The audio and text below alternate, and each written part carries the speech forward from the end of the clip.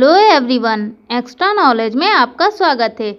आज हम आपके लिए लाए हैं पीजीटी समाजशास्त्र का प्रैक्टिस सेट नंबर 2 और इस प्रैक्टिस सेट में भी आपको जो क्वेश्चंस मिलेंगे वो प्रीवियस ईयर क्वेश्चन पेपर्स में से होंगे और साथ साथ उसकी व्याख्या भी लाते हैं, जिससे कि आपका वो क्वेश्चंस और उसकी व्याख्या अच्छे से समझ में आ जाए, जिससे कि अगर उस क्वेश्चन से रिलेटेड कोई और भी क्वेश्चंस पूछा जा सके तो आप उसे बहुत ही आसान तरीके से उसका आंसर दे सके।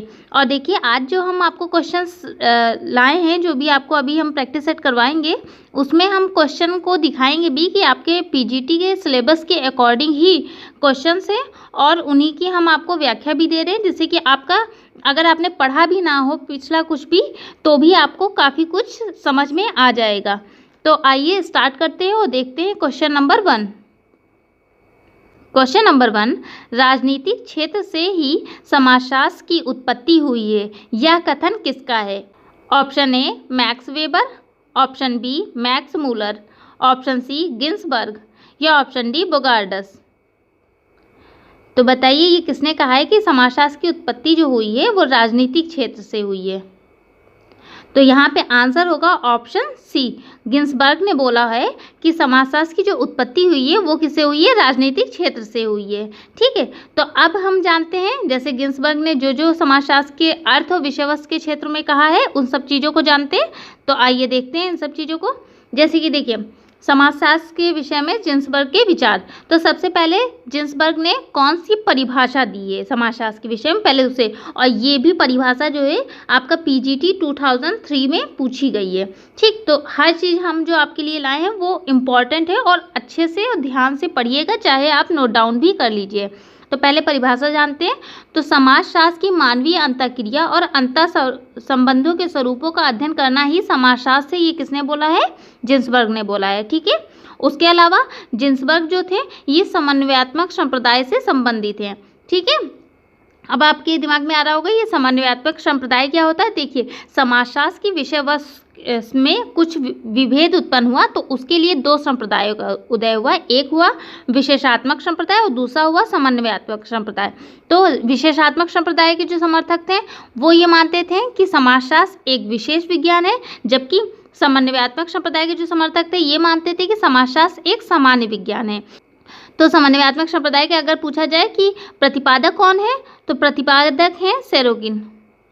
ठीक है, लेकिन अगर इससे संबंधित कौन कौन से समाजशास्त्री हैं, तो गिन्सबर्ग ने भी समन्वयात्मक संप्रदाय से संबंधित हैं। ठीक, और गिन्सबर्ग ने जो समाजशास्त्र की विषय वस्तु को कितने भागों में बांटा है? तो 4 भागों में बांटा है। इस चीज़ को याद रखिएगा, गिन्सबर्ग ने समाजशास्त्र की विषय वस्तु को 4 भागों में बांटा है, जिसमें पहली है सामाजिक रचनाशास्त्र। तो देखिए, सामाजिक रचनाशास्त्र से अब समझ होंगे ये क्या होता है, तो इसको समझिए। तो इसके अंतर्गत उन सब विशेषताओं को शामिल किया है गिन्सबर्ग ने जो कि समाज के स्वरूपों या आकार का निर्माण करती है। तो देखिए, समाज के स्वरूप या आकार का निर्माण क्या होगा? विभिन्न तत्वों से होगा। और विभिन्न तत्व कौन कौन से होते हैं? समूह, समुदाय, समितियाँ, ये सब क्या होती है? ये होता है, ये समाज के स्वरूपों या आकारों को निर्माण करती है। तो पहला जो इन्होंने विषय वस्तु दी है गिन्सबर्ग ने, सामाजिक रचनाशास्त्र, ये समाज के स्वरूपों का निर्माण करती है। और दूसरा सामाजिक नियंत्रण। तो इसके अंतर्गत क्या होगा? जब समाज का निर्माण होगा तो जाहिर सी बात है उसमें समाज में नियंत्रण करना भी आवश्यक होगा। तो समाज में नियंत्रण कौन कौन सी चीज़ें करती हैं? जैसे धर्म हो गया, कानून हो गया, प्रथाएं हो गया, लोक रीतियाँ हो गई, नैतिकता हो गई, ये सब क्या होता है? ये सब समाज का नियंत्रण करती हैं। तो इसके अंतर्गत इन सब चीज़ों का अध्ययन किया जाएगा। और तीसरा है सामाजिक प्रक्रियाएँ। तो सामाजिक प्रक्रियाएँ क्या होंगी? तो इसके अंतर्गत उन सभी संबंधों का अध्ययन किया जाएगा जो कि व्यक्तियों के मध्य और समूहों के मध्य एक प्रक्रिया का निर्माण करती हैं। जैसे कि सहयोगात्मक प्रक्रियाएं भी होती हैं और असहयोगात्मक प्रक्रियाएं भी होती हैं। ठीक है, सहयोगात्मक के अंतर्गत आएगा सहयोग होगा, आत्मसात होगा, ये सब क्या होगा? सहयोगात्मक मतलब सहयोग देंगे समाज को। और असहयोगात्मक प्रक्रियाओं के अंतर्गत वे आएंगी जैसे संघर्ष हो गया, प्रतिस्पर्धा हो गया, प्रभुत्व हो गया, ये सब असहयोग प्रक्रियाएं आएंगी। तो ये जो है ये पीजीटी का पाठ्यक्रम से अलग से टॉपिक भी है, तो इसको हम अलग से आपके लिए क्वेश्चंस इसके लाएंगे और करवाएंगे। बस यहाँ पे आप समझ लीजिए कि सामाजिक प्रक्रियाओं में सहयोगात्मक और असहयोगात्मक प्रक्रियाएं होती हैं जो समाज की व्यवस्था को बनाए रखने के लिए महत्वपूर्ण भूमिका निभाती हैं। और चौथा इन्होंने विषय वस्तु दी गिन्सबर्ग ने सामाजिक विकार या व्याधि शास्त्र। तो इसके अंतर्गत क्या चीज़ रखेंगे, समाज की समस्याएं या समाज में जो विघटित दशाएं होती हैं उनके निदान का अध्ययन किया है। विघटित दशाएं क्या मतलब, जैसे बाल अपराध हो गया, आत्महत्या हो गई, बेकारी हो गई, भ्रष्टाचार हो गया, ये सब क्या होगा, ये सब समस्याएं हैं। तो इनके निदान का भी अध्ययन इसके अंतर्गत किया जाएगा। तो इन्होंने गिन्सबर्ग ने समाजशास्त्र की विषय वस्तु को 4 भागों में बांटा। एक सामाजिक रचनाशास्त्र, दूसरा सामाजिक नियंत्रण, तीसरा सामाजिक प्रक्रियाएं और चौथा सामाजिक विकार या वैद्यकीय शास्त्र। तो अब जानते हैं जैसे गिन्सबर्ग की प्रमुख कृतियां कौन कौन सी हैं। तो देखिए सोशियोलॉजी इनकी है, sociology and review, reason and unreason in society, studies in sociology और दी साइकोलॉजी ऑफ सोसाइटी, ये इनकी प्रमुख पुस्तकें हैं। तो इन्हें भी याद रखिएगा। आइए अब बढ़ते हैं, देखते हैं क्वेश्चन नंबर 2। क्वेश्चन नंबर 2, किसके अनुसार अधिकारी तंत्र एक ऐसी प्रशासनिक व्यवस्था है जिसमें सत्ता के सोपान पाए जाते हैं तथा जिसमें प्रशिक्षित वेतनभोगी विशेषज्ञों को असामान्य मूर्त एवं स्पष्ट रूप से परिभाषित नियमों के अनुसार कार्य करना पड़ता है। Option a Max Weber, option b MacIver, option c Robert Merton या ऑप्शन डी कॉपलान। तो ये आपको यहाँ पे पूछा गया है कि किसके अनुसार कौन से ऐसे समाजशास्त्री जिन्होंने अधिकारी तंत्र को मतलब नौकरशाही को एक ऐसी प्रशासनिक व्यवस्था कहा है जिसमें सत्ता के सोपान पाए जाते हो और प्रशिक्षित वेतनभोगी विशेषज्ञों के असमान मूर्त एवं स्पष्ट रूप से परिभाषित नियमों के अनुसार कार्य करते हैं। तो यहाँ पे आंसर होगा ऑप्शन ए मैक्स वेबर। ठीक है, और देखिए पीजीटी का पाठ्यक्रम जिसमें दिया गया है समाजशास्त्र के पाश्चात्य विचारक मैक्स वेबर। तो यहाँ पे जो क्वेश्चन रखा गया है वो मैक्स वेबर से संबंधित रखा गया है। तो मैक्स वेबर ने ही नौकरशाही की बात की थी और सत्ता के बारे में बात किया था। तो आइए अब इस चीज़ को समझ भी लेते हैं। देखिए मैक्स वेबर ही एक ऐसे विचारक थे जिन्होंने नौकरशाही को एक लोकतंत्र के आदर्श प्रतिरूप के रूप में माना था। ठीक है, और इन्होंने नौकरशाही को जो है वो सिद्धांत किस पुस्तक में दिया था मैक्स वेबर ने, 1920 ईस्वी में इनकी पुस्तक थी सामाजिक और आर्थिक संगठन का सिद्धांत, जिसे बोलते हैं इंग्लिश में the theory of social and economic organisation. इसमें इन्होंने नौकरशाही का सिद्धांत दिया था और इन्होंने बताया था वेबर ने कि जो औद्योगिक क्रांति थी उसके दौरान क्या हुआ था, समाज में बहुत सारे दोष व्याप्त हो गए थे, जैसे भाई भतीजावाद, पक्षपात, व्यक्तिगतता। तो इन सब के विरोध में इन्होंने एक अपना आदर्श प्रारूप प्रस्तुत किया जिसे नौकरशाही मॉडल का नाम दिया। ठीक है, नौकरशाही आजकल की जो जैसे सरकारी नौकरी है, ठीक है, उसी तरह समझ लीजिए। ठीक, नौकरशाही को प्रशासन की तर्कपूर्ण व्यवस्था बताया मैक्स वेबर ने और इसके संबंध में इन्होंने परिभाषा दी कि नौकरशाही एक प्रकार का प्रशासकीय संगठन है जिसमें विशेष योग्यता, निष्पक्षता और तटस्थता के आदि लक्षण पाए जाते हैं। ठीक है, और इन्होंने बताया कि जब ये प्रशासकीय व्यवस्था है तो प्रशासन को सत्ता या प्रभुत्ता का आधार माना जाता है और इन्होंने इसी आधार पे प्रभुत्ता या सत्ता के 3 प्रकार बताए थे। पहला बताया परंपरागत सत्ता। तो देखिए परंपरागत सत्ता क्या होगी इसको समझते हैं। तो परंपरागत सत्ता जो कि प्राचीन नियम विनियम होते हैं, ठीक है, जो प्राचीन परंपरा के स्वीकृत प्रतिमान होते हैं जो व्यवस्था में चले आ रहे हैं उनके आधार पे जो भी सत्ता होगी वो परंपरागत सत्ता होगी। जैसे कि मान लीजिए या इस सत्ता को इस रूप में समझ लीजिए कि जो परंपरात्मक विश्वासों पे टिकी होगी। जैसे कृषि युग में या प्राचीन समय में आप चले जाइए तो गाँव में क्या होते थे, पंचायतों में पंच होते थे। ठीक है, तो उन्हें क्या बोला जाता था, पंच परमेश्वर बोला जाता था और ईश्वर के समकक्ष माना जाता था। ये क्या था, परंपरागत रूप से एक प्राचीन रूप में एक सत्ता थी। उसी तरह जैसे परिवार में पिता का जो स्थान होता था ये सब क्या होगा, ये परंपरागत रूप में जो सत्ता होती थी उससे माना जाएगा। वहीं चमत्कारी सत्ता की बात की जाए तो इसके अंतर्गत वो लोग आते हैं जिनमें एक चमत्कारी गुण या विलक्षण व्यक्तित्व होता है। ठीक है, वो चमत्कारी सत्ता के अंतर्गत आएंगे। जैसे कि पीर पैगंबर ले लीजिए, अवतार हो गया, धार्मिक नेता हो गए, ये सब क्या होते हैं। जैसे अन्ना हजारे हो गए, स्वामी रामदेव बाबा हो गए, ये सब क्या है, ये जो सत्ता के किस आधार पे है, ये करिश्माई सत्ता, ये चमत्कारी सत्ता है, इनके अंदर एक विलक्षण व्यक्तित्व है। वहीं वैधानिक सत्ता की बात की जाए तो इस सत्ता का जो प्रयोग करने वाले श्रेष्ठ सत्ताधारी होते हैं, मतलब इसके अंतर्गत वे लोग आएंगे जो राज्य के द्वारा प्रतिपादित कुछ सामान्य नियमों के अनुसार उत्पन्न पद होते हैं, उनसे एक विशेष प्रकार की सत्ता से जुड़े होते हैं। तो वो क्या होंगे, लीगल अथॉरिटी या वैधानिक सत्ता के द्वारा चुने जाएंगे। ठीक, और अब जानते हैं मैक्स वेबर ने जो नौकरशाही के कुछ विशेषताएं दी हैं उसके बारे में पढ़ लेते हैं। तो देखिए इन्होंने बताया था कि सभी कर्मचारी जो होते हैं नौकरशाही में उनके मध्य एक सुस्पष्ट विभाजन होता है, मतलब सभी के एक अलग अलग कार्य होते हैं, उन्हें विभाजित कर दिया जाता है कि तुम्हें यही कार्य करना है। नौकरशाही की बात कर रहे हैं, ठीक है। जैसे आजकल गवर्नमेंट जॉब है, उसी आधार पर नौकरशाही को आप पढ़ लीजिए, समझ लीजिए, अच्छे से आपको समझ में आ जाएगा। नौकरशाही संगठन के कार्य करने की निर्धारित प्रक्रिया होती है और निर्धारित योग्यता वाले व्यक्ति ही संगठन में स्थान लेते हैं, ठीक है। जिसकी जैसी योग्यता उसका वैसा स्थान रहेगा संगठन में। और इसमें पद सोपान की पद्धति, मतलब पिरामिड पाया जाता है, मतलब सबसे ऊपर अधिकारी रहेंगे, फिर उसके नीचे क्लर्क रहेंगे, तो एक तरह से पद सोपान बन जाता है, ठीक है। और आदेश जो होते हैं वो भी ऊपर से नीचे की ओर प्रवाहित होते हैं। और इसमें पदाधिकारियों की भर्ती व पदोन्नति की योग्यता के आधार पर की जाती है। इसमें वेतन भी सामाजिक स्थिति व कार्य आदि के आधार पर किया जाता है तथा निर्णय व्यक्तिगत आधार पर नहीं वरन औचित्य के आधार पर नौकरशाही में निर्णय लिए जाते हैं। और इसमें जो रिकॉर्ड होते हैं, जो भी कार्य होते हैं, उन्हें भविष्य के लिए अधिकारियों द्वारा सुरक्षित रखा जाता है। तो ये नौकरशाही की विशेषताएं होगी। अगर बात की जाए नौकरशाही की आलोचना की कि किस किसने मैक्स वेबर की नौकरशाही की आलोचना किस आधार पर की है, तो पहले जो आलोचना की गई सामान्य इच्छा की उपेक्षा। तो इन्होंने जो अपने नौकरशाही का सिद्धांत दिया उसमें मानवीय जो इच्छा है उसकी उपेक्षा की गई है, जबकि इसमें नौकरशाही में केवल जन की अपेक्षा वैधानिक नियमों को अधिक महत्व दिया गया। मतलब व्यक्ति की इच्छा की अपेक्षा जो वैधानिक नियम है उनके अनुसार कार्य करना है, इस चीज़ के बारे में बात की गई है। तो इस आधार पर इनकी आलोचना की गई नौकरशाही की।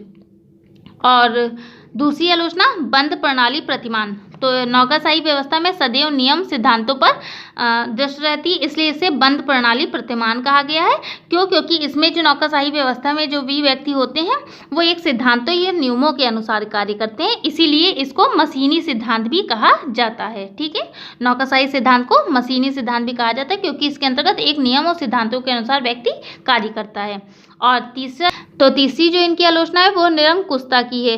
निरंकुशता मतलब इसमें नौकरशाही की अपनी पद प्रतिष्ठा के कारण निरंकुशता का भाव आ जाता है। वे नियम और सिद्धांतों के अपनी बात पे अडिग रहते हैं, मतलब जो नियम और सिद्धांत है कि ऐसा आप करेंगे तभी ये आपका काम हो पाएगा, तो इसमें निरंकुशता आ जाती है।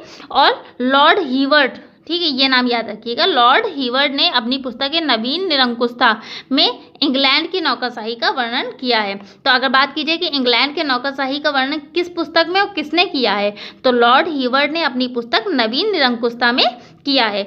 वहीं व्यावसायिक प्रकृति की बात की जाए तो रॉबर्ट के मर्टन ने के अनुसार नौकरशाही संगठन के नियमों की कठोरता इस सीमा तक पाई जाती है कि व्यक्ति अपने कार्य के प्रति मानसिक संताप होने लगता है, और वॉरनॉट ने इसे व्यावसायिक विकृति का नाम दिया है। तो नौकरशाही को व्यावसायिक विकृति का नाम किसने दिया है? वॉरनॉट ने दिया है। तो इसे नोट डाउन कर लीजिएगा और इम्पॉर्टेंट लिंक लगा लीजिए, क्योंकि हो सकता है ये पूछा जाए कि नौकरशाही को व्यावसायिक विकृति का नाम किसने दिया है, तो वॉरनॉट ने दिया है। और पांचवा है लचीलेपन का अभाव। तो जाहिर सी बात है इसमें जो है लचीलेपन का अभाव रहता है नौकरशाही में, इस चीज़ को आप अच्छे से समझ सकते हैं। और छठा औपचारिकता पर बल, ठीक है। तो नौकरशाही के नियमों के प्रति प्रतिबद्ध रहकर सभी के समान कार्य में व्यवहार करती है, मतलब सभी के साथ एक जैसा व्यवहार करती है। ये नहीं कि उनका ज़्यादा अच्छे से काम हो गया मेरा कम हुआ, जो कार्य है उसे सबके साथ समान रूप से करती है, तो इसमें एक औपचारिकता होती है। और सातवां है शक्ति का इसमें दुरुपयोग होने लगता है। तो जाहिर सी बात है नौकरशाही नियंत्रण पूरे प्रशासनिक तंत्र पर होता है, ऐसे में नियमों को तोड़ने या मनमानी करने की कोई संकोच नहीं करता है। वो सरकारी मशीनरी का प्रयोग स्वहित में करने लगते हैं और एक दूसरे की त्रुटियों को छुपाने लगते हैं, और शक्ति का दुरुपयोग इसी तरह करते हैं, ठीक है। लाल फीताशाही, तो लाल फीताशाही के आधार पर इनकी जो आलोचना की गई वो उसमें अधिकारीगण औपचारिकता में विश्वास करते हुए नियमों को कठोरता से पालन करते हैं, जिसके कारण कार्य जो होता है बहुत लेट लतीफ करते हैं, ठीक है। और निर्णय की क्षमता भी इनकी क्षीण हो जाती हो और जनता के हितों की भी उपेक्षा करने लगते हैं, ठीक है। और राजनीतिक हस्तक्षेप, तो इन सब चीज़ों की इसमें बात की गई है। तो ये मैक्स वेबर का नौकरशाही का सिद्धांत है, जिसमें हमने बताया आपको कि नौकरशाही क्या होती है, उसकी क्या विशेषताएं हैं, क्या आलोचना है और किस सत्ता के आधार पर ये कार्य किया जाता है। तो नौकरशाही जो होगी ये कौन सी सत्ता है? आपकी वैधानिक सत्ता है, लीगली सत्ता है, ठीक है। आइए बढ़ते हैं, देखते हैं क्वेश्चन नंबर 3। परिवार कल्याण कार्यक्रम की किन सेवाओं को RCH सर्विस के नाम से चलाया जा रहा है? ऑप्शन ए मातृ एवं शिशु स्वास्थ्य सेवाओं को, ऑप्शन बी एड्स से बचाव संबंधी सेवाओं को, ऑप्शन सी परिवार नियोजन सेवाओं को, या ऑप्शन डी उपयुक्त सभी को। तो देखिए ये जो क्वेश्चन है ये आपका PGT पाठ्यक्रम में देख लीजिएगा, समाज कल्याण कार्यक्रम करके एक टॉपिक दिया गया है, उससे ये क्वेश्चन आया है। ठीक है, तो यहाँ पे जो आंसर होगा ऑप्शन ए, मातृ एवं शिशु स्वास्थ्य सेवाओं को ही परिवार कल्याण कार्यक्रम के द्वारा चलाया जा रहा है। इसको ही RCH सर्विस के नाम से जाना जाता है। मदर चाइल्ड, H मतलब हेल्थ और सर्विसेज मतलब सेवाओं। ठीक है, तो इससे भी आप गेस कर सकते थे। R मतलब मदर, C मतलब चाइल्ड, H मतलब हेल्थ और सर्विसेज मतलब सेवा। तो मातृ एवं शिशु स्वास्थ्य सेवाओं को RCH सर्विस के नाम से जाना जाता है। तो अब आइए जानते हैं परिवार कल्याण कार्यक्रम क्या होते हैं, या इन्हें किस तरह लागू किया जाता है, या इनका क्या उद्देश्य है। तो देखिए, परिवार कल्याण का अर्थ क्या होता है। तो परिवार को नियोजित करना या सीमित रखना ही परिवार कल्याण कहलाता है। ठीक है, अब पहले बात करें परिवार क्या होता है, तो पति पत्नी और उनके बच्चे, इनको क्या बोलेंगे, परिवार बोलेंगे। और परिवार कल्याण क्या होगा, जब विवाह के बाद पति पत्नी आपस में ये डिसाइड करें या सलाह मशवरा करें कि उन्हें घर में कितने बच्चे होंगे, कब कब होंगे, ठीक है, और कितनी संख्या होगी, ये सब चीज़ों की डिस्कस करना या बात करना पति पत्नी के बीच में, एक नियोजित परिवार उसे कहा जाएगा। ऐसे परिवारों को क्या बोला जाएगा, एक नियोजित परिवार बोला जाएगा। और भारत में अगर बात किया जाए परिवार कल्याण कार्यक्रम कब शुरू हुआ, तो देखिए यहाँ 1952 में परिवार नियोजन कार्यक्रम, ठीक है, परिवार कल्याण कार्यक्रम को 1952 में क्या बोला जाता था, परिवार नियोजन कार्यक्रम बोला जाता था। उसके बाद इसका नाम बदल करके 1977 में परिवार कल्याण कार्यक्रम कर दिया गया। ठीक है, 1952 परिवार नियोजन कार्यक्रम, बाद में 1977 में इसे क्या कर दिया गया था, परिवार कल्याण कार्यक्रम कर दिया गया था। ठीक, अब अगर परिवार कल्याण कार्यक्रम के उद्देश्य समझे क्या क्या होते हैं, तो परिवार नियोजन कार्यक्रम एक परिवार कल्याण कार्यक्रम है जिसे अपनाकर व्यक्ति परिवार को सीमित, अविवेकपूर्ण मातृत्व पर रोक और संतानों के समुचित पालन पोषण कर सकता है। परिवार नियोजन अथवा परिवार कल्याण का उद्देश्य बच्चों का जन्म इच्छा से हो, चूक से नहीं। ठीक है, सोच समझ के हो, संयोग से नहीं। तो बच्चों का जो भी जन्म हो वो इच्छा से हो कि हमें कब वो कितनी संतानें करना है, ना कि संयोगवश हो। भारत में परिवार कल्याण कार्यक्रम से संबंधित निम्नलिखित उद्देश्य दिए हैं। पहला उद्देश्य है परिवार कल्याण कार्यक्रम का उद्देश्य सीमित परिवार के लिए इच्छा शक्ति जागृत करना। एक परिवार में संतानों की संख्या कितनी होनी चाहिए, 2 तक सीमित होनी चाहिए, ताकि उनका भली प्रकार से पालन पोषण किया जा सके। ठीक है, ये चीज़। दूसरी बात किया गया, संतान उत्पत्ति के बीच अंतराल हो, जिससे कि क्या है, माँ के स्वास्थ्य पे बुरा प्रभाव भी ना पड़े और बच्चों की देखरेख भी हो जाए। तीसरी बात है संतान उत्पत्ति नियंत्रण के तरीकों की जानकारी देना। और चौथा, जैसे कि परिवार नियोजन के तरीकों की खोज करना और अनुसंधान कार्यों को प्रोत्साहन देना। जनसंख्या विस्फोटक स्थिति ना आए, इसीलिए परिवार कल्याण कार्यक्रम को पेश किया गया है, जिससे कि परिवार नियोजित हो सके, ज़्यादा बच्चे ना हो, जिससे कि जनसंख्या विस्फोटक की स्थिति को नियंत्रित किया जा सके। छठा जो इसमें उद्देश्य दिया गया है, जनसंख्या में गुणात्मक सुधार किया जाए। और परिवार कल्याण कार्यक्रम में परिवारों की सामाजिक व आर्थिक स्थिति का मार्ग प्रशस्त हो, इन सब चीज़ों की बात की गई। और अब बढ़ते हैं, देखते हैं क्वेश्चन नंबर 4। तो आपको आई होप परिवार कल्याण कार्यक्रम समझ में आया होगा। देखिए परिवार कल्याण कार्यक्रम मतलब वो होता है जो परिवार के कल्याण से संबंधित होता है। मतलब इसमें सीमित बच्चे रहेंगे, तो देखिए कम बच्चे होंगे तो जाहिर सी बात है माँ का स्वास्थ्य सही रहेगा, वो उनके भली प्रकार से लालन पोषण कर सकेंगी। और समाज में भी एक तरह से जो अधिक जनसंख्या से बहुत सारी जैसे जनसंख्या विस्फोट की स्थिति उत्पन्न होती है और ये सब चीज़ों से भी सुधार हो पाएगा। तो इन सब चीज़ों के बारे में बात करना परिवार कल्याण कार्यक्रम में किया गया है। आइए अब बढ़ते हैं, देखते हैं question number 4। Question number 4, Simon commission द्वारा तैयार की गई सूची में कितने दलित जातियों के नाम सम्मिलित हैं? Option a 410, option b 415, option c 420 या ऑप्शन डी 429। तो देखिए अगर ये पूछा जाए ये कहाँ से क्वेश्चन लिया गया है, तो पीजीटी का पाठ्यक्रम आप उठा के देख लीजिएगा, उसमें है अनुसूचित जाति जनजाति संबंधित समस्याओं से संबंध दिया हुआ है, उसी के लिए ये क्वेश्चन पूछा गया। ये क्वेश्चन पहले पूछा जा चुका है, तभी हम आपके लिए लाए हैं। तो देखिए यहाँ पे जो आंसर होगा ऑप्शन डी 429। तो साइमन कमीशन द्वारा तैयार की गई सूची में कितने दलित जातियों का नाम सम्मिलित था? तो 429 दलित जातियों का नाम साइमन कमीशन में तैयार की गई सूची में सम्मिलित था। अब आइए जानते हैं साइमन कमीशन क्या होता है। तो जाहिर सी बात है ये दिमाग में उठ भी रहा होगा क्वेश्चन कि साइमन कमीशन क्या होता है। तो देखिए, ब्रिटिश सरकार द्वारा भारत शासन अधिनियम 1919 को पुनः सुधार के लिए एक विधिक आयोग का गठन किया गया, जिसकी अध्यक्ष सर जॉन साइमन ने किया था, जिसके कारण इसे साइमन कमीशन का नाम दिया गया।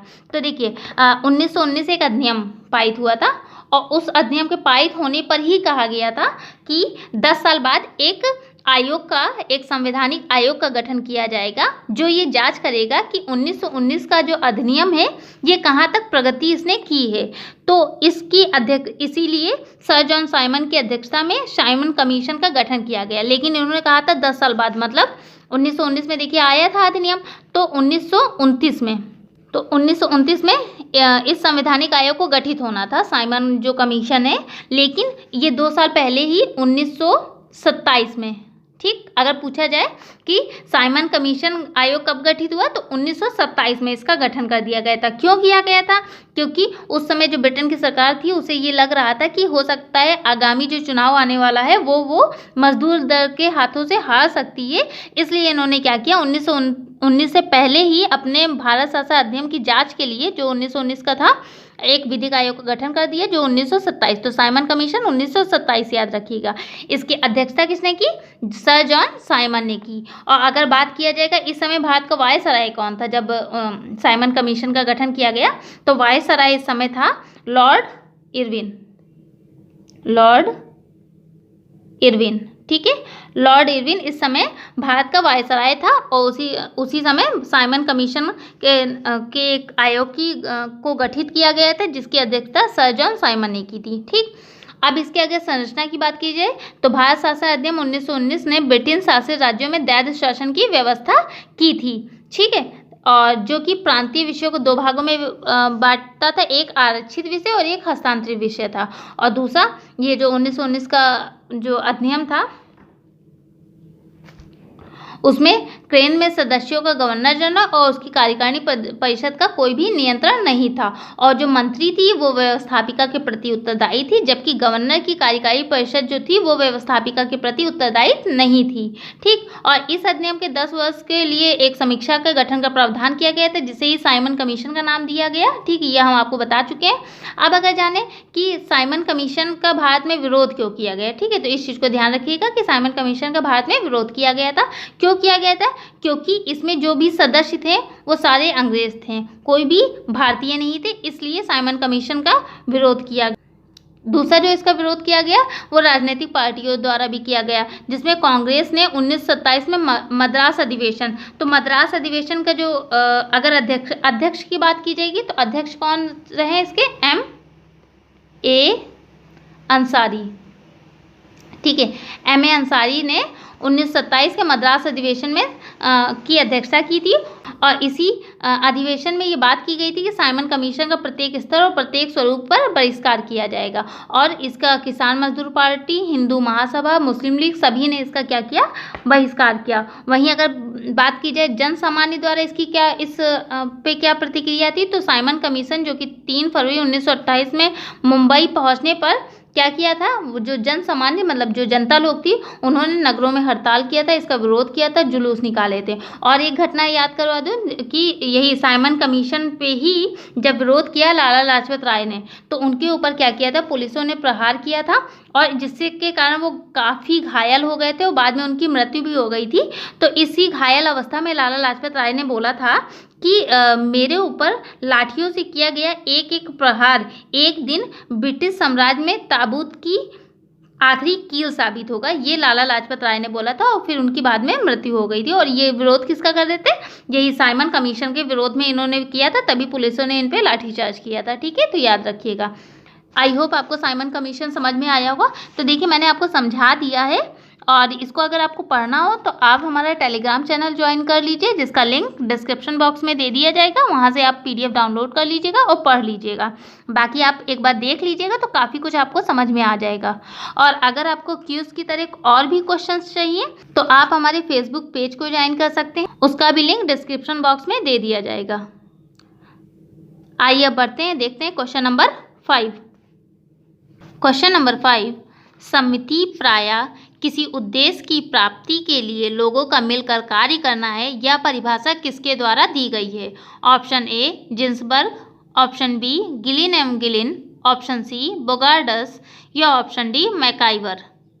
तो देखिए, अगर ये बात किया जाए ये क्वेश्चन कहाँ से आया है, तो आप पाठ्यक्रम को देख लीजिएगा, उसमें प्राथमिक अवधारणाओं के नाम से समिति, संस्था, समुदाय ये सब दिया है। तो ये क्वेश्चन समिति मतलब एसोसिएशन से संबंधित है।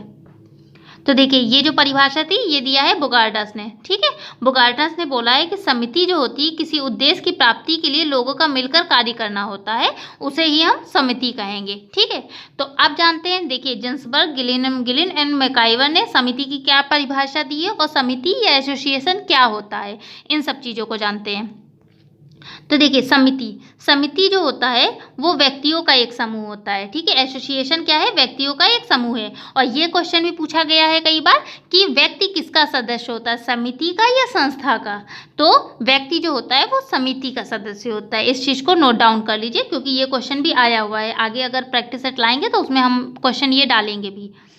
ठीक है, और ये समिति होता क्या है, या किसी विशेष हित व हितों की पूर्ति के लिए बनाया गया होता है, जैसे परिवार, विद्यालय, व्यापार संघ, चर्च, धार्मिक संघ, राजनीतिक दल या राज्य, ये सब क्या है, ये सब समितियां हैं। जैसे विद्यालय का क्या उद्देश्य होता है, शिक्षण और व्यावसायिक तैयारी के लिए तैयार करना। और श्रमिक संघ का अगर किया जा रहा है तो किस उद्देश्य से किया जा रहा है, नौकरी की सुरक्षा, उचित परिश्रम की दरें और कार्य की स्थितियों को निर्धारित करने के लिए।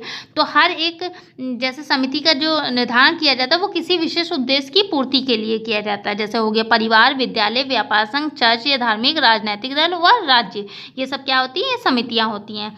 उसके अलावा अगर अब बात की जाए, जैसे गिलिन ने क्या बोला है कि समिति क्या होती है, तो समिति व्यक्तियों का एक ऐसा समूह है जो किसी विशेष हित व हितों के लिए संगठित होता है तथा मान्यता प्राप्त एवं स्वीकृत विधियों एवं व्यवहारों द्वारा कार्य किया जाता है। तो उसे गिलिन ने समिति बोला है। वहीं जिन्सबर्ग ने क्या बोला है समिति के विषय पे, तो समिति आपस में संबंधित सामाजिक प्राणियों का एक ऐसा समूह होता है जो कि एक निश्चित लक्ष्य एवं लक्ष्यों की पूर्ति के लिए सामान्य संगठन का निर्माण करती है। वहीं मैकाइवर एंड पेज ने क्या बोला है कि सामान्य हित व हितों की पूर्ति के लिए दूसरों के सहयोग के साथ सोच समझ कर विचार रूप संगठित किए गए समूह को समिति कहते हैं। तो देखिए, इन्होंने प्रत्यक्ष व अप्रत्यक्ष सहयोग भी दिया है मैकाइवर एंड पेज ने, और यहाँ पे इन्होंने यही पे सहयोग से अधिकतर अगर चीज़ें कोई होंगी तो मैकाइवर एंड पेज ने दिया है। ठीक है, सामान्य हित व पूर्ति के लिए एक दूसरे के सहयोग से एक विचारपूर्वक संगठित जो समूह होगा वो क्या होगा, समिति होगा। ये किसने कहा है, मैकाइवर एंड पेज ने कहा है।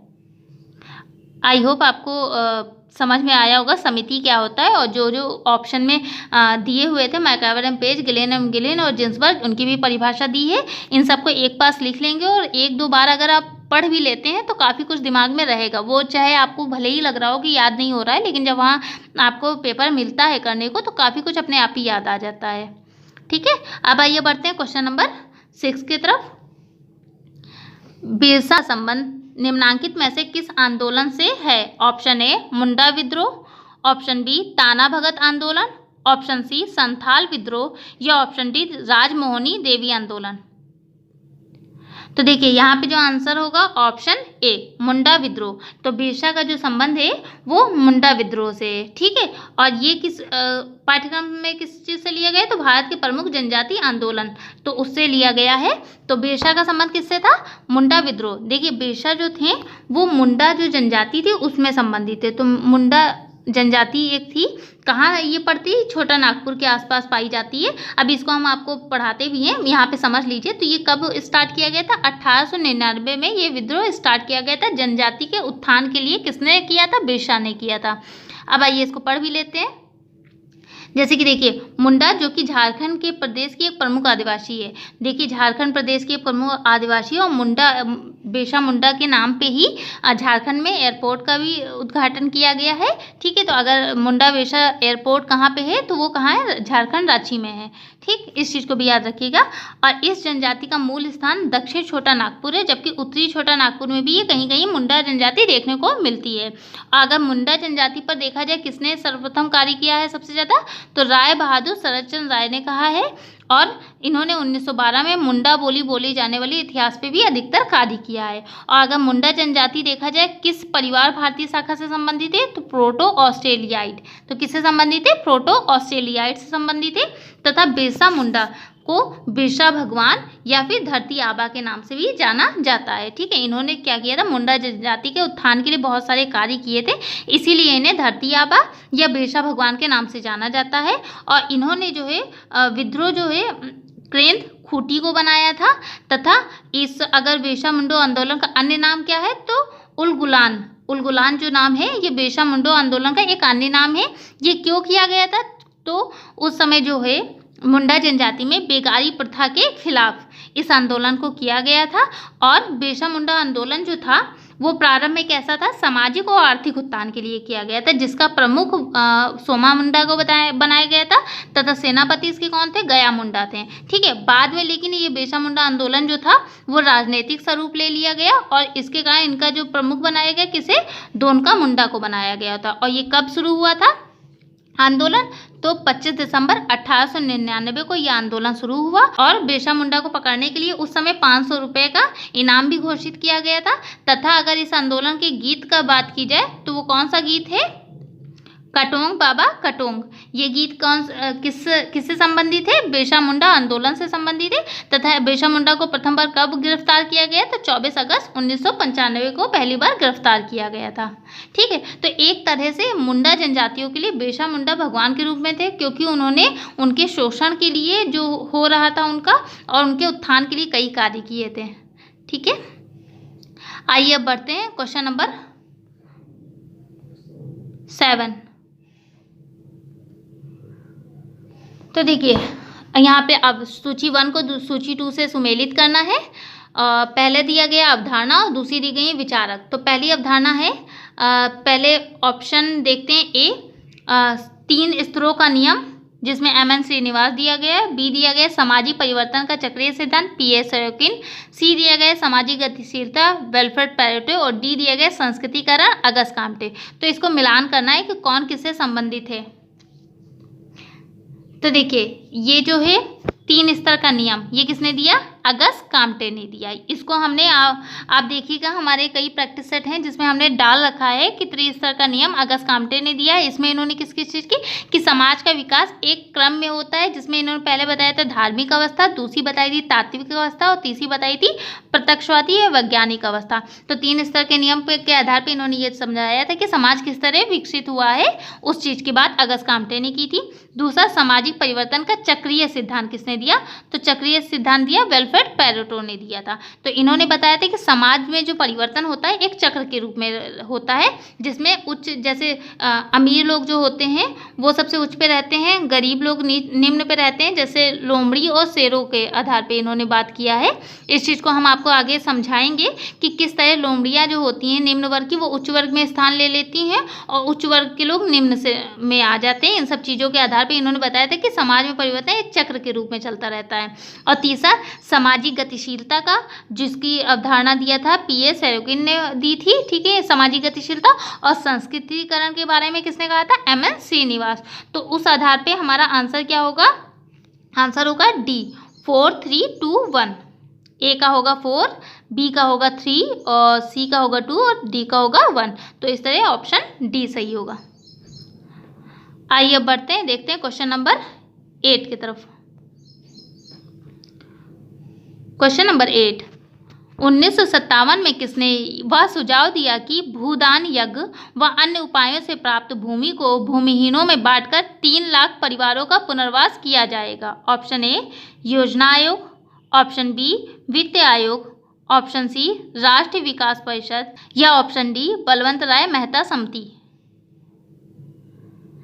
तो यहाँ पे आंसर होगा ऑप्शन सी, राष्ट्रीय विकास परिषद ने ये सुझाव दिया था 1957 में कि भूदान यज्ञ व अन्य उपायों से प्राप्त भूमि को भूमिहीनों में बांटकर 3 लाख परिवारों का पुनर्वास किया जा सकता है। ये राष्ट्रीय विकास परिषद ने सुझाव दिया था 1957 में। और देखिए ये टॉपिक जो है भूमि एवं कृषि सुधार से संबंधित है। आगे जानते हैं कि भूमि सुधार क्या होता है। भूमि सुधार से तात्पर्य भूमि स्वामित्व का उचित व न्यायपूर्ण वितरण सुनिश्चित करना होता है। तो जो भूमि स्वामित्व है उन्हें एक उचित और न्यायपूर्ण वितरण सुनिश्चित करना ही भूमि सुधार होता है, जिसके अंतर्गत भूमि सुधार भू राजस्व प्रणालियों की कई शुरुआत की गई थी, जिसमें जमींदारी व्यवस्था, रैयतवाड़ी व्यवस्था, महालवाड़ी व्यवस्था ये सब की गई थी। तो आइए अब जानते हैं जमींदारी व्यवस्था, रैयतवाड़ी या महालवाड़ी व्यवस्था ये सब क्या होता है। ठीक है, तो पहले बात करते हैं स्वतंत्रता से पूर्व भू राजस्व व्यवस्था की। तो सबसे पहले इसमें आएगा इजारेदारी व्यवस्था, जिसे सर्वप्रथम वॉरेन हेस्टिंग ने बंगाल में सन 1772 ईस्वी में इजारेदारी प्रथा की शुरुआत की गई थी। तो इजारेदारी प्रथा की शुरुआत वॉरेन हेस्टिंग ने बंगाल में 1772 में किया गया और ये पंचवर्षीय व्यवस्था थी। और इसमें क्या होता था, इजारेदारी व्यवस्था में जो सबसे ऊंची बोली लगाता था भूमि उसे ठेके पे दी जाती थी। और बाद में 1777 में पंचवर्षीय ठेकों को क्या कर दिया गया था, वार्षिक बना दिया गया था।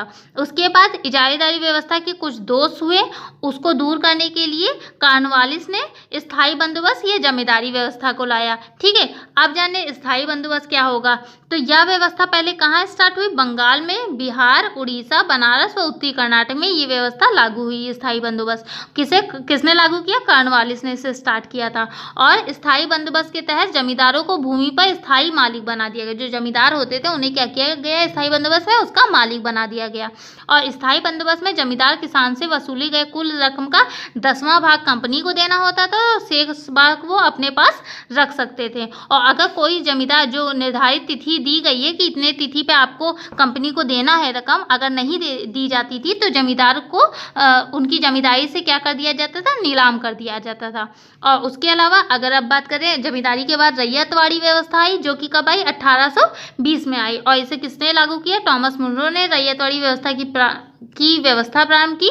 और ये कहाँ पे हुआ, मद्रास में, बम्बई और असम के कुछ भागों में ये लागू की गई। कहाँ, मद्रास, बम्बई और असम के कुछ भागों में लागू की गई। और इसमें क्या बात किया गया, रैयतवाड़ी व्यवस्था के अंतर्गत 51% भूमि आई, मतलब 51% भूमि आई, जिसमें रैयतों मतलब किसानों को भूमि का मालिकाना हक प्रदान किया गया। ठीक, तो अगर ये भी क्वेश्चन पूछा जा सकता है कि किस व्यवस्था में किसानों को भूमि का मालिक बना दिया गया, तो रैयतवाड़ी व्यवस्था में। ठीक है, और इसमें किसान स्वयं कंपनी को भू राजस्व देने के लिए उत्तरदायी हो गया था और इसमें किसान का हक हो गया था जमीन पर। ठीक है, और जो इसमें एक और चीज़ बता देते हैं। देखिए, रैयतवाड़ी व्यवस्था में क्या होता था, जो भी देना होता था, उन्हें लगान देना होता था किसानों को, वो उपज के आधार पे नहीं देना होता था कि कितना आपकी खेत में हो रहा है, ऐसा नहीं होता था।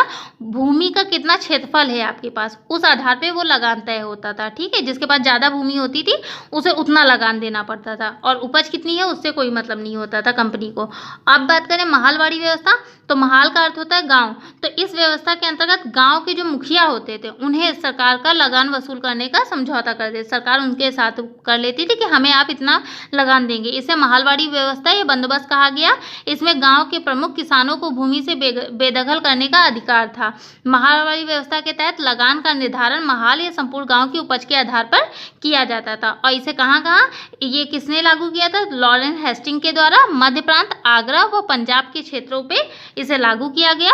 और इसके तहत कितनी भूमि का क्षेत्र आता था, तो 30%। ठीक है, रैयतवाड़ी में 51% और इसमें भूमि का कुल 30% सम्मिलित था।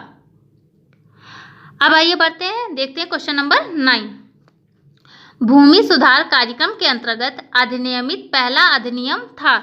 ऑप्शन ए पश्चिम बंगाल भूमि सुधार अधिनियम 1956, ऑप्शन बी जमींदारी उन्मूलन अधिनियम 1950, ऑप्शन सी बिहार भूमि सुधार अधिनियम 1950 या ऑप्शन डी बम्बई किराएदारी अधिनियम 1939। तो देखिए, यह ऑप्शन डी तो बिल्कुल ही अलग है, किराएदारी अधिनियम, इससे कोई मतलब ही नहीं है। अब ऑप्शन में आपको 3, देखिए अभी हम इसको आपको डीपली पढ़ाएंगे आगे, लेकिन ऑप्शन के आधार पे यहाँ पे जो आंसर रहेगा ऑप्शन बी जमींदारी उन्मूलन अधिनियम 1950, जो कि पहला भूमि सुधार कार्यक्रम के अंतर्गत अधिनियमित पहला अधिनियम था। अब आइए जानते हैं कुछ अधिनियमों के बारे में जो कि भूमि सुधार से संबंधित है। देखिए, पहले तो स्वतंत्रता से पहले हम आपको पढ़ा ही चुके हैं, अभी आपने पढ़ा है महालवाड़ी, रैयतवाड़ी, जमींदारी और ये सब चीज़ें आपने पढ़ा है। अब बात करें जब स्वतंत्रता के बाद भारत में जो भूमि सुधार के क्षेत्र में कार्य किए गए, उसमें सबसे पहले क्या किया गया, जमींदारी प्रथा का कर दिया गया, उन्मूलन कर दिया गया। दूसरा सुधार किया गया काश्तकारी सुधार और तीसरा किया गया कृषि का पुनर्गठन। ठीक, तो अब पहले बात करें, जमींदारी प्रथा के उन्मूलन से संबंधित कुछ कानून भारत में एक ही समय में नहीं लागू किए गए, मतलब अलग अलग समय पे लागू किए गए। उसमें सबसे पहले 1948 में मद्रास राज्य में लागू किया गया और सबसे अंत में जमींदारी में अगर बात की जाए तो पश्चिम बंगाल में 1954 और 55 में लागू किया गया। तो सबसे पहले जमींदारी प्रथा को अंत को किया गया और सबसे पहले कहाँ लागू किया गया, तो मद्रास राज्य में 1948 में और सबसे अंत में पश्चिम बंगाल में 1954 और 55 में। देखिए उधर 1948 और मद्रास ऐसा कुछ नहीं दिया गया था, इसलिए ऑप्शन में जमींदारी प्रथा उन्मूलन हम लोगों को टिक करना पड़ा। और अगर इस समय कर ली जाए कि जमींदारी प्रथा में किसे पहले अंत किया गया किसे बाद में अंत किया गया, तो 1948 में मद्रास राज्य में पहले लागू किया गया था। ठीक है, अब बात किया गया काश्तकारी सुधार, तो ये 3 प्रकार से किया गया। एक तो लगान का नियंत्रण किया गया, दूसरा काश्तकार अधिकार की सुरक्षा की गई और इसमें बात किया गया कि काश्तकारों का भूमि पर मालिकाना अधिकार की बात की गई। ठीक, 3 ये सुधार किए गए और 1950 में यूपी में जमींदार उन्मूलन और भूमि सुधार अधिनियम 1950 पारित किया गया और 1952 तक के सभी राज्यों में इस संबंधित विधेयक पारित हो गया। और स्वतंत्रता के बाद काश्तकारों की सुरक्षा के लिए बम्बई में, पंजाब में, मध्य प्रदेश में कानून बनाए गए तथा पंजाब, हैदराबाद और राजस्थान में भी कानून बनाए गए, जिसमें काश्तकारों और जमींदारों को दिए जाने वाले लगान की अधिकतम सीमा निर्धारित की गई। और कुछ राज्यों में यह नियम बनाए गए कि काश्तकार उस भूमि का मालिक बन सकता है जिस पर वह खेती करता है, ये बात कही गई। वहीं अगर पंचवर्षीय योजना के दौरान काश्तकारी सुधार के लिए भी अनेक कानून बनाए गए, जिसमें महत्वपूर्ण कदम उठाए गए, जिनका उद्देश्य था काश्तकारों को सुरक्षा प्रदान करना, लगान की सीमा निर्धारित करना, उनका नियंत्रण करना तथा काश्तकारों की भूमि का मालिक अधिकार प्रदान करना। और ये जो काश्तकारी कानून था वो नागालैंड, मेघालय और मिजोरम को छोड़कर सभी जगह लागू कर दिया गया था।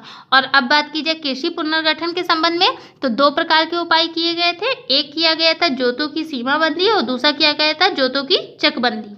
तो भारत में सबसे पहले अगर चकबंदी की बात की जाएगी, कहाँ की गई, 1920 में बड़ौदा में लागू की गई थी। ठीक है, भारत में चकबंदी सबसे पहले 1920 में बड़ौदा में लागू की गई थी। और ये भी क्वेश्चन आ सकता है कि भारत में हरित क्रांति का आरंभ कब किया गया, 1966 में। इसके श्रेय किसे जाता है, नर्मदा बोरलॉन्ग को, और भारत में MS स्वामीनाथन को जाता है।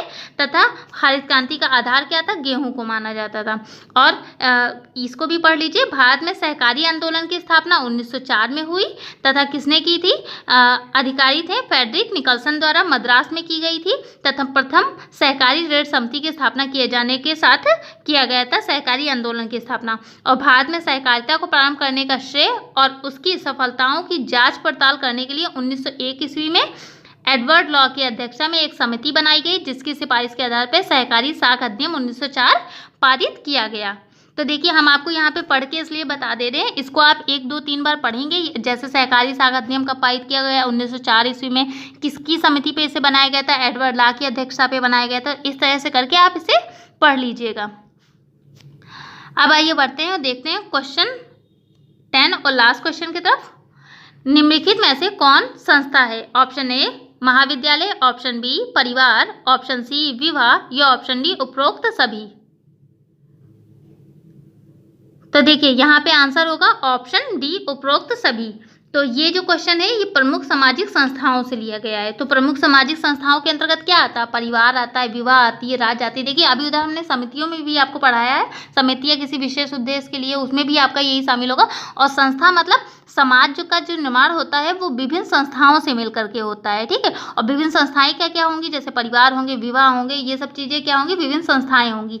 तो उस आधार पे यहाँ पे जो आंसर होगा उपरोक्त डी सही होगा। और अगर बात की जाए संस्था शब्द का सर्वप्रथम प्रयोग किसने किया, ठीक है, संस्था का सर्वप्रथम प्रयोग किसने किया, तो स्पेंसर ने सबसे पहले संस्था शब्द का प्रयोग किया था।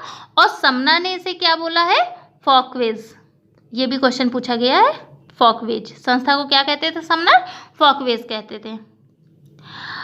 फ्रेंड्स आई होप आपको हमारे द्वारा लाए हुए क्वेश्चन समझ में आए होंगे। प्लीज़ चैनल को सब्सक्राइब करें एंड शेयर करें and thank you for watching my channel.